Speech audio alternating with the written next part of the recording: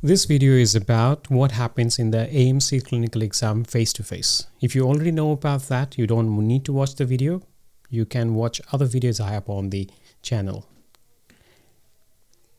This video is about what happens in the AMC Clinical face-to-face exam. If you already know what happens, then you don't need to watch this video. Otherwise, watch the video until the end. And if you like my videos, do not forget to subscribe and hit the bell icon. Let's get started with the video now.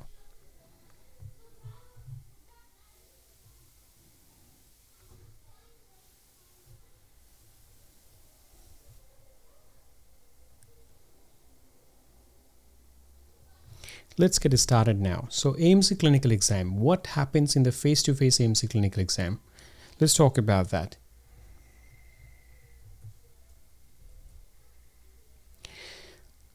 To understand what happens in the AMC Clinical Exam and what you're expected to do in the exam, first we have to understand the purpose of the exam and get a simple overview of the test as well as what happens in the test day. AMC Clinical Exam assesses your clinical skills, which is required to practice safely and effectively in Australia. And what that means is there are two important things you should be able to show in the exam: that you have required knowledge to help the patient, and you should not be making any critical errors that put the life of the patient at risk. And that's why these are the cornerstones of your practice. This is what you should be thinking about in all the cases. First is, what do I need to do here to help my patient? Second, what I should not do so that I do not harm the patient. The second thing is, the standard of the performance should be at the level of a graduating final year Australian medical student, which means the interns. You are required to have that much amount of knowledge. One of the problems I have witnessed while interacting with many international graduates is the knowledge they have is actually quite superior to the knowledge of an intern here. The problem is how they use that knowledge. As there are so many myths making rounds in the market, we tend to be distracted by or kind of confused by that information. So we try to do a lot of things which are sometimes not effective at all, and at other times can actually harm our performance. So you need to be careful about who you are listening to and what you are doing. Just because people have been doing something for a long time does not mean that is the right thing. So make sure that you do the right thing, and I will tell you in the video later on what are the things the examiners of AMC Clinical think you should be doing or you should not be doing. To do the AMC Clinical Exam, the basic criteria is you must have passed the AMC MCQ, and the exam is delivered face-to-face in the National Testing Centre in Melbourne, and also is conducted via online exams. But these days the online exam is less frequent, and there are certain criteria that you have to meet to be eligible for the online exam. So this discussion is going to be about the face-to-face exam only. Now, exam format summary is there are total 20 stations in this exam, and out of these 20 stations, 4 stations are just the rest stations. And the remaining 16 stations have 14 scored stations and 2 pilot stations are unscored stations, unless they need to substitute some of the cases because of the problem. Now, what this means is you will only be scored out of the 14 stations, although you'll be doing 16 different cases in the exam. The other important thing is we do not know which stations are pilot stations. So you should act as if all the stations are important in the actual exam. Later on, when you get your report card, they will tell you which was the pilot station. So you cannot assume that the station you are on is a pilot station. Many times I've seen that people who get the new cases assume that that is the pilot station, and later on it turns out to be the actual scored station, and something else which may have been asked in the exam multiple times was in fact the pilot station. They just tweaked the case a little bit and made that a pilot station. So do not assume anything, and make sure that you try to do your best in all the 16 stations. For each station you will get 10 minutes. The 10 minutes will include 2 minutes reading time, which you will do before you enter the room. Just on the door of the, or on the side wall of the room, beside the door, there will be a case. You will read that case in the first 2 minutes time that you get before you enter the room. So during this 2 minute you will have the opportunity to analyze the case, make your plan, make your approach, and decide how you are going to do the case. And then once you enter, your actual performance starts. Whatever you do before you enter the exam hall, the exam room, will not be assessed. That's an important thing. Now, the other question people ask me about is the rest station. What happens in the rest stations? So after every 4 stations, there will be 1 rest station, which means some candidates may start their exam from the rest stations or may end their exam in the rest stations. In these rest stations, you'll just be sitting inside the room for 10 minutes unless you need to go to the bathroom. You will be supervised at all time. There are CCTV cameras which will be looking at you, and there are the invigilators who will be keeping an eye on you all the time. So you should not be doing anything suspicious while you are inside these rooms. Now,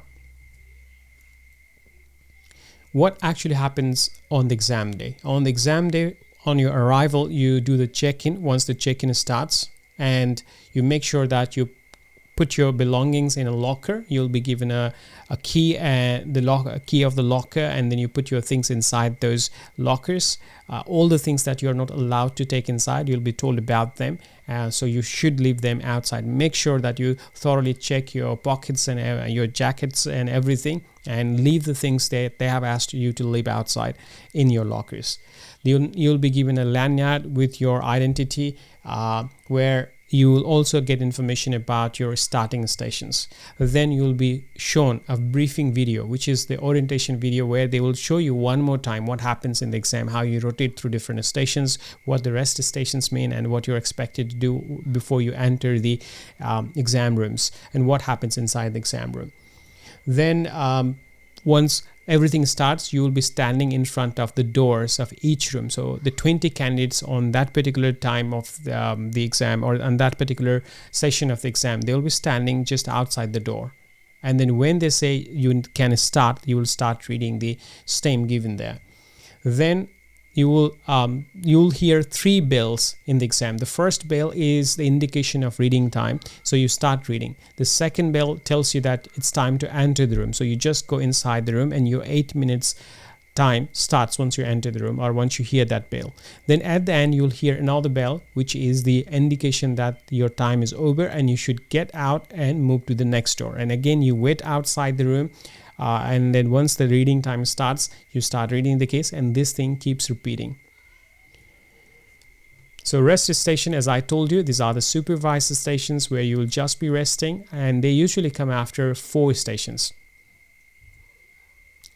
So stations are designed around the predominant assessment area, or we call them PAA. And what that means is, in each station, you might be asked to do a combination of this task. Maybe do the history taking, maybe do the physical examination, diagnostic formulation, or management and counseling, or patient education. Generally, they do not combine physical examination stations with other stations, although that is not unusual. What you need to remember here is, although the task may say that you need to take history and then give the diagnosis and differential diagnosis, the predominant assessment area might be history taking, or predominant assessment area might be management, and so on. In each case, in each station, there will be one predominant assessment area, although you may have more than one task. And if possible, try to think about what could be the predominant assessment area for that particular station, so that you know what to do once you do inside, or what area you need to focus. Generally, what happens in the exam is you may get real patients or simulated patients. That means you may get a patient with the real findings, or they might just be the role players. Most of the times, these will be role players. You might be asked to look at the charts, images. You may be asked to watch a video. You may be asked to read an investigation report and interpret that for the patient. You may be asked to look at an X-ray or CT scan and interpret the findings of the CT scan or X-ray to the patient or to the examiner. Sometimes you may have to do the telephone consultation, where at the other end you may have a nurse who you have to tell what to do, or it might be a case of handover, where you will be talking with one of the health professionals, one of the doctors in the hospital, and you are sending the patient to the hospital. So you're just telling the doctor how the patient is coming or what presentation the patient has, what problems the patient has. And in some cases in the examination stations, you might be examining the real patient, or you might be doing your examinations on the mannequins, especially for the procedure related tasks. That's what they do. So basically this is the idea, and all the equipments you need to do these things will be available there. Sometimes they might not be visible. They might be inside the drawers, or maybe the examiners are keeping them somewhere. So if you think that you need a particular equipment to do a test but it's not available, you can ask the examiner and then they will tell you what to do. For example, let's say that they've asked you to do the Rennes and Weber's test, or they have asked you to do the hearing assessment or ENT examination. You'll need the tuning fork. You don't see the tuning fork anywhere, you can ask the examiner. They are actually trying to see if you think about those things or not. So don't think that if things are not there, that means you don't have to do it. You at least have to ask, and if they say you don't have to do it, then you don't have to do it. You can just go to the next task. Reading time strategy. What should you do before you enter the room? This is the crucial time where you will be making the plans about how you are going to approach the case. And this is in fact a very important part of your exam. And you should have a good plan about what you need to do when you go inside. So reading time, you should use it judiciously and you should have a plan for this. First thing in the reading time, in this time, try to find out whether you are in a hospital or you are in a GPA setting, or whether this is an urban setting or rural settings, because that will determine what your management focus will be, what your management protocol will be. Then think about who you are there. Are you a GP? Are you an emergency doctor, a medical officer? Who you are, because your responsibility depends on your role and you should know who you are. As a GP, there are certain things you'll be doing, but for the other things, you'll be sending the patient to the hospital. But if you are in an emergency setting and you tell that you are going to send the patient to the emergency, then that just is a critical error. You'll fail the station. Specific tasks.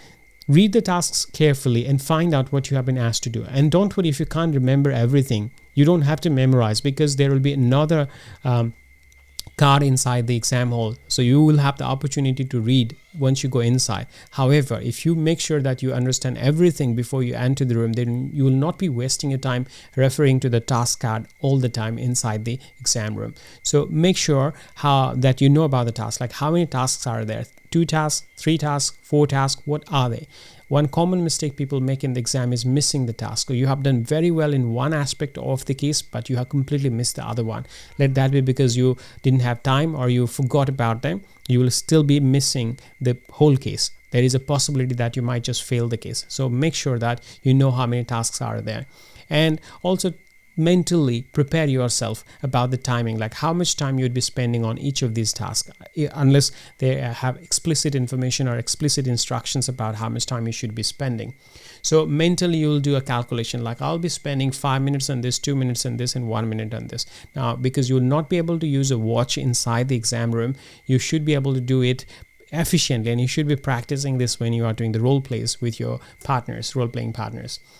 So assessment time strategy, or in the 8 minutes, what you need to do is you have to prioritize the task based on the order and time suggestion given in the STEM or given in the task card.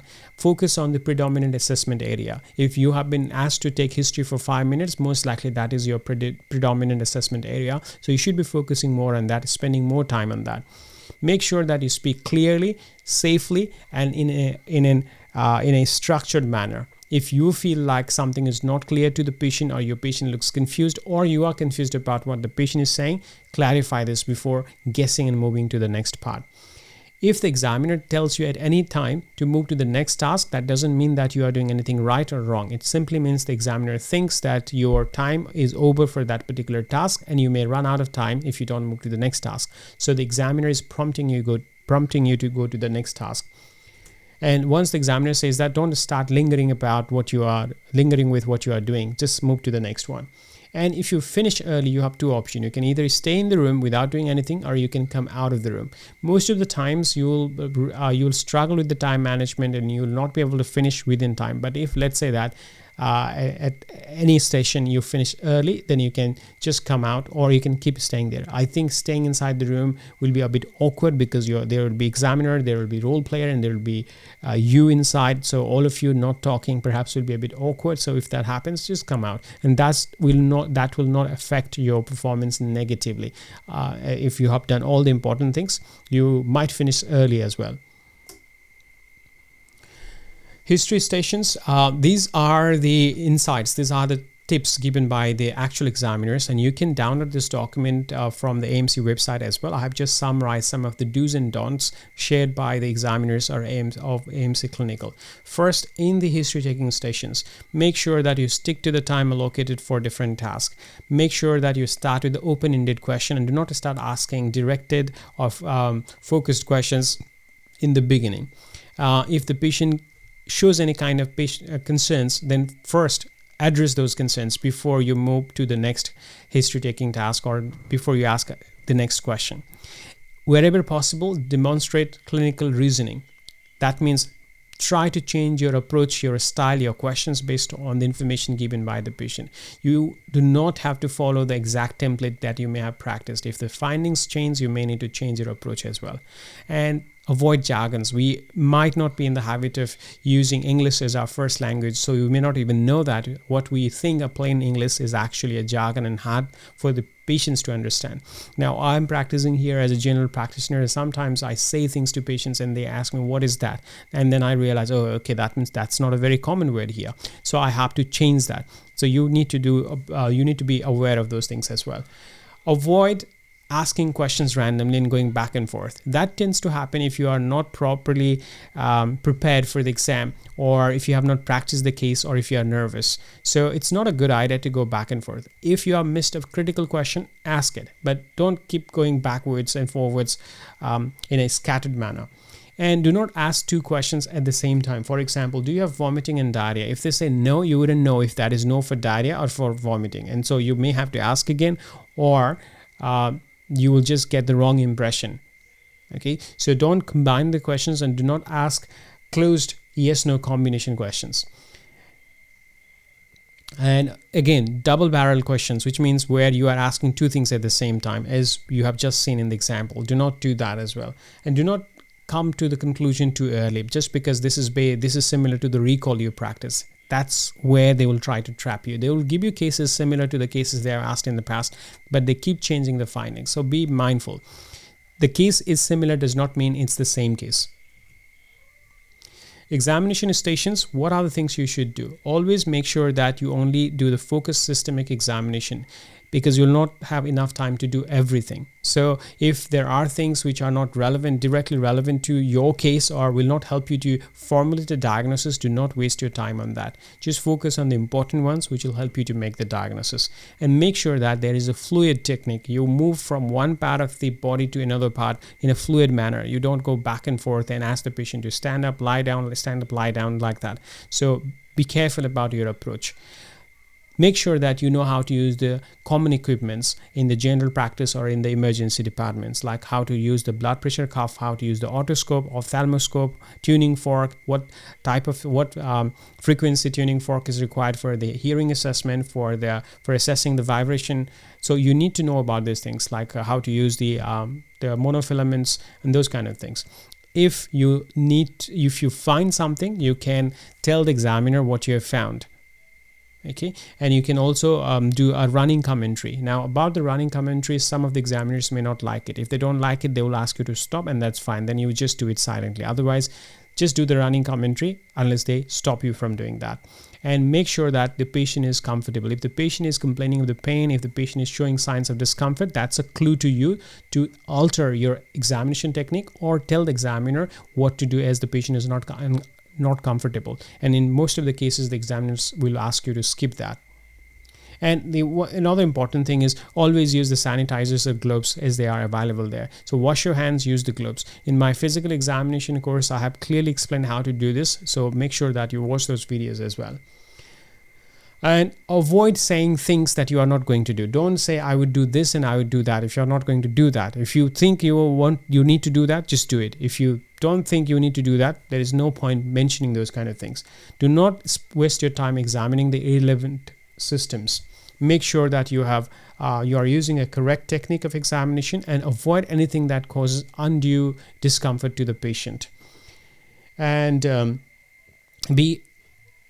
be careful about how you interpret the findings. So make sure that you can interpret the findings clearly as well. So you know what is hallucination, you know what is delusion, you know how the hepatomegaly feels or how to check for that, you know what is Glovin stalking sensation, loss of sensation. So you need to know about these things, how to interpret this. Like, what will the patient do if the patient has, let's say, foot drop or has the peroneal nerve injury? So in the exam, when you ask the patient to do that, they will start dragging their feet. So you need to have a basic idea of how the role player will demonstrate to you that positive finding. And if you don't know that, what the role player is trying to show you, you'll just miss that. So be careful about those things as well. Diagnostic formulation stations. In this station, make sure that you have enough information to make the diagnosis. If you just give the diagnosis but you don't have enough idea about why, then the examiner will assume that you just memorize this station and you don't have a good clinical reasoning.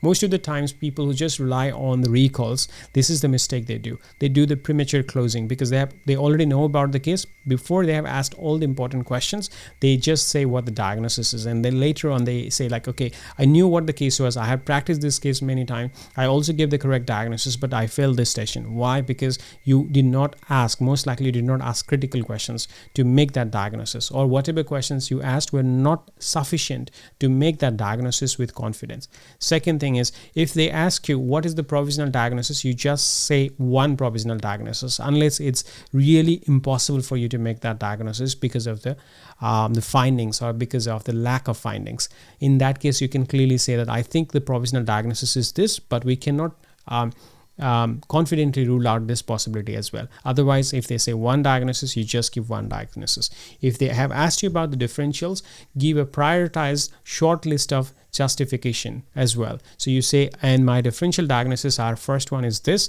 because of this reason, the second one is this because of this reason, and don't give a textbook list of differentials which are not relevant to your patient.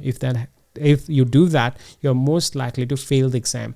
You are most likely to fail that station. The other thing is premature closure. Always be careful about that. Don't close the case too early without asking enough questions, and do not use generic terms or do not use euphemisms. Like, do not say you have a nasty growth. I have heard this term so many times, and maybe that is the reason AMC examiners have specifically mentioned in the tips booklet they have prepared that stop using the euphemisms. You stop using these nice words like nasty growth. That does not mean anything to the patient, can be really confusing. Don't be afraid of using hard terms like, if it's cancer, say it's cancer. You think it could be cancer. You'll not be penalized for that. And AMC has clearly mentioned this. Examiners have clearly mentioned this in the tips they have shared with the candidates.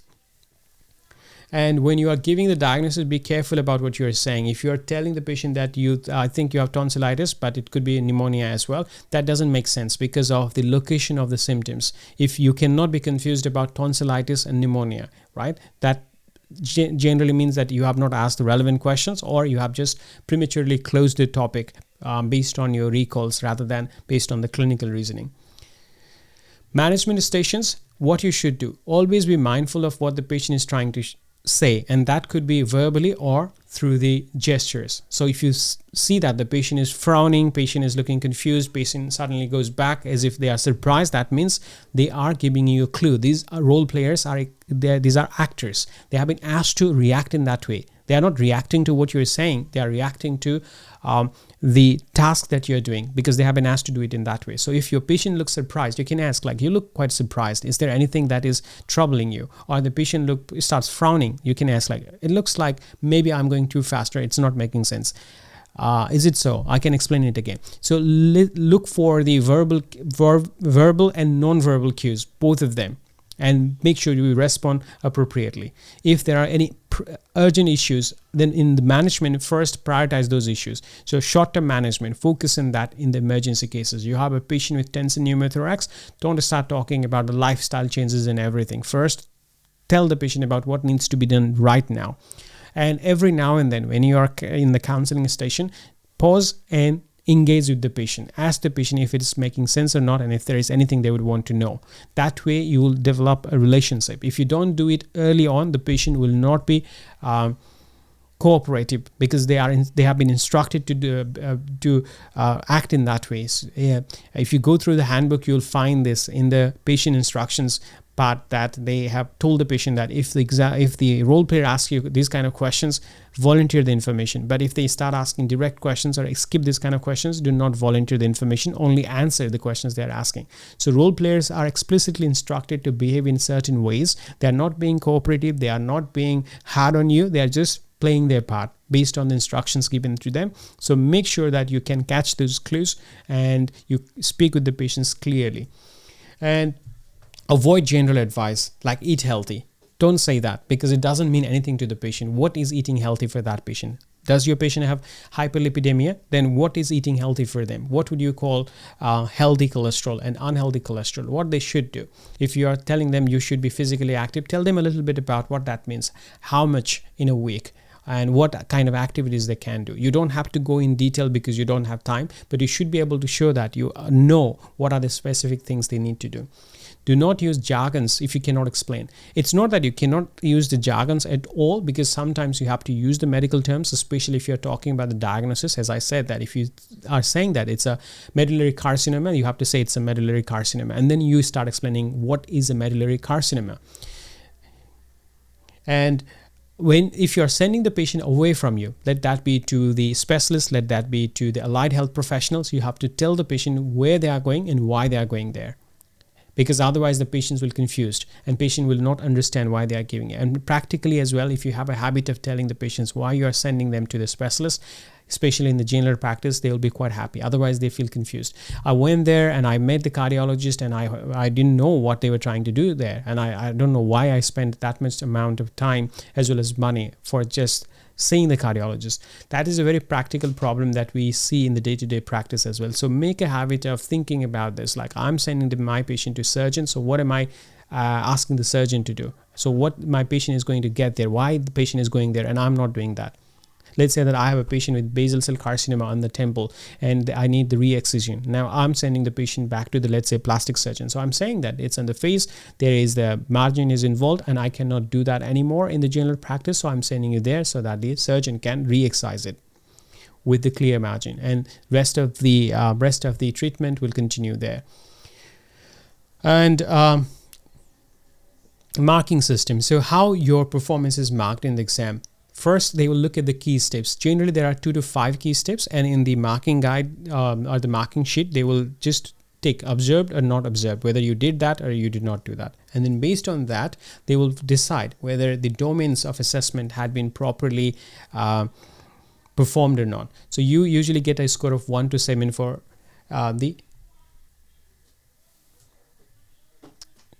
your performance. And that may be based on your history, your communication, your reasoning, your management, and your patient education. And then they give you the global rating out of 7. Generally, if you get 4 or more than 4, that means you passes that station. Now remember, you need to get a global score of 4 or more than 4, not the individual score or of the individual assessment domains.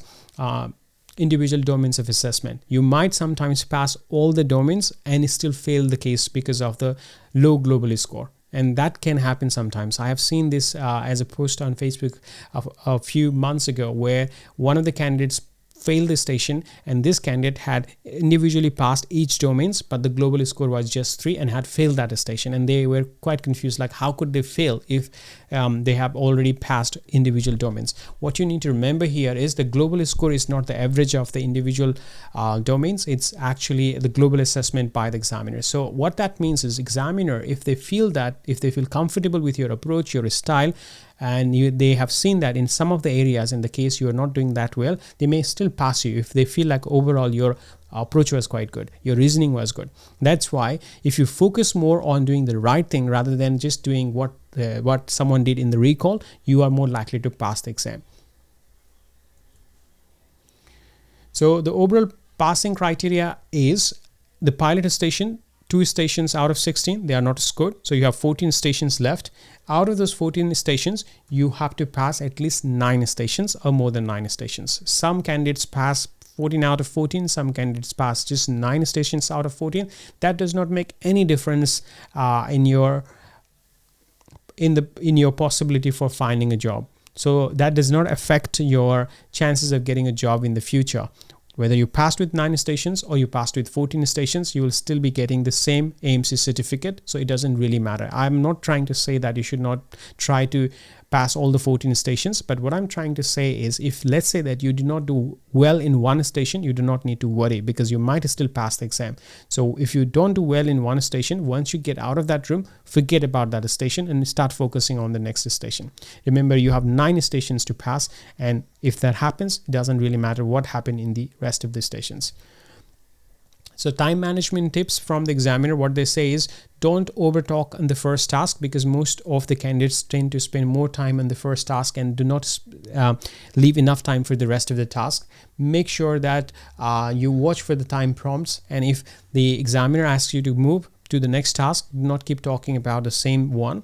Stick to your role. If your role is general practitioner, you behave as a general practitioner. If your role is a medical officer in the emergency department, you behave like a medical officer. Do not try to be a specialist. One example here, let's say that you have a patient who has atrial fibrillation, who has been on the dabigatran, which is one of the direct oral anticoagulant, and this patient is undergoing surgery. Now you are counseling the patient about what to do with the anticoagulant. So your role here is to tell the patient what may happen and what are the possibilities, rather than making a decision for the patient. And this is one critical error many candidates make. They start telling the patient that because of this and this criteria, I'm going to stop. No, you are not going to stop the medicine. You are not going to do anything. You are just going to explain to the patient, these are the things we'll look into. Based on that, these are the possible situations. In your case, because you have this scenario and your score for the CHAD-VASc scoring is this and Hasbled is this, I think this is what the specialist is going to do. And this way the examiner knows that you are familiar with the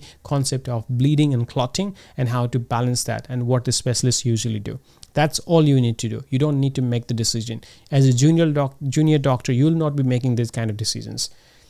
Address the main clinical issue first, and there can sometimes be ancillary issues as well. If that is the case, what you can say is, and I'll look into those issues later on. As long as you have done the main task, you are less likely to fail this station. And in the rest station, recharge yourself. Breathe, rest, go to the bathroom, maybe wash your face, and come back feeling fresh and ready to do the rest of the stations.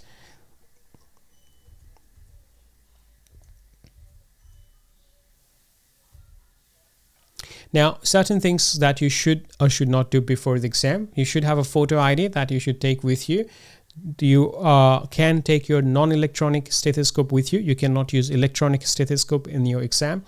Do not bring any books, watches, notes, or phones inside the exam hall. You can take your phone to the exam center, but you'll have to leave this in the locker.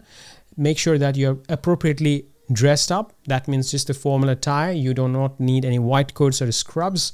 And make sure that you have adequate time to reach the test center, because in Melbourne there can be traffic jams many times. So make sure that you start early, and if you're traveling by road, make sure you start at least a few hours early. If you're going by the train, make sure that there are no train delays. And stay hydrated, stay rested, avoid any kind of substances that can make you drowsy the next day. And if you are really unwell, then you have the option of rescheduling as well, but there will be some cancellation charges in those cases. At any time, you are expected to be polite and respectful to the staff and the fellow candidates. You have to maintain the confidentiality of all the stations. So if they find you sharing the recalls, then they can penalize you. You are not allowed to record anything. You are not allowed to misbehave with anyone. If that happens, if they find that you are doing things you are not expected to do, if they find that you are trying to communicate with the other candidates once the exam starts, then in that case, they might permanently ban you from doing the exam again. So these are some of the advices from the actual examiners. What they say is, make a habit of practicing the full mock test under the exam conditions, like the full 10-minute mock stations where you would spend 10 minutes on reading and 8 minutes in doing the cases. Try to get feedback on your performance from the examiners or people who have had experience with the exam. Make sure that people who are giving you feedback are actually people who are familiar with the exam, how it is assessed, so that you do not waste your time doing things which are not relevant for the exam. Keep your English simple and structured. You don't have to be a master of the language, but you should be able to should be able to communicate at least in a simple way with your patients. Clinical reasoning, always practice that when you're talking about the diagnosis and differential diagnosis, regardless of what the practice questions say. If you are saying that this is my diagnosis, try to think why I came up with that diagnosis, and try to present that in a very short and brief manner, so that in the exam you can quickly do this if you're asked to. And if you are working somewhere, continue that work, even if it's in a limited role, or even if you are just doing it as a casual duty. Common mistakes: do not use recalls or rumors as your base. Stations keep changing, the cases keep changing. You may have the same base case, but the findings, the task can be different. The way the role player behaves can be different. For example, MSc station, we know there is a famous cockroach station where there is someone who keeps shouting cockroach, but from exam to exam, the actual diagnosis was different. In some cases, it was a substance-induced psychosis. In other cases, it was the traumatic brain injury. So you have to be careful. Just because the findings are similar doesn't mean that you have got the same case. Second thing is, make sure that you know your role. As I told you in the beginning, listen to the patient properly. If you don't understand, ask them again what they are saying. If they use any kind of slangs, and Australian people use a lot of slangs, do not assume its meaning. Ask them politely what this means. You can say that, sorry, I'm not familiar with this slang. Can you please tell me what that is called? What is that? Do not speak too fast, and don't think that if you finish early you have done good, or if you can't finish in time you have done bad. Sometimes you may have run out of time because you are doing things which are not necessary, and sometimes you may have finished because you had already addressed all the critical points. So yes, it is important that you time yourself appropriately, but sometimes you may not be able to time yourself to the seconds, and that's fine. So the final reminder, the most important thing, as I told you in the beginning, safety. No matter what happens, you should not put a patient in danger. So let that be the role player that you are dealing with, or the suggestions you are giving to these patients. Patient safety is the most important thing to pass the exam. If you do something that can put the patient's safety at risk, you will immediately fail the station. Make sure you stay calm, control. Sometimes you may not know what to do. That's fine. Just behave as a doctor and then say what is your confusion and what you are trying to do to deal with that. Use your time, use your 8 minutes as wisely as possible, and try to go faster if you think you are running out of time because of your interaction with the patient or because your patient was in a way holding you back. Respect the patient, the station design, and the clinical context. Make sure you understand everything and stay as a doctor. Think like a doctor, talk like a doctor, behave like a doctor. Do not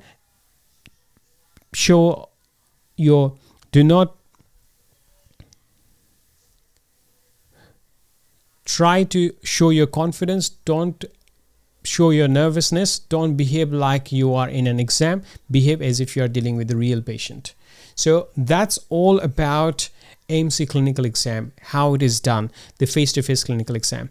If you have any questions after this, please feel free to ask me in the comments. And if you want to start your preparation for AMC Clinical Exam, incorporating these tips that I've told you, going through more than 200 different cases from the past exams and multiple live session recordings and revision notes, please go to learnmedicine.com.au, sign up for one of the membership and start practicing. All the best for your exam, and don't forget to subscribe.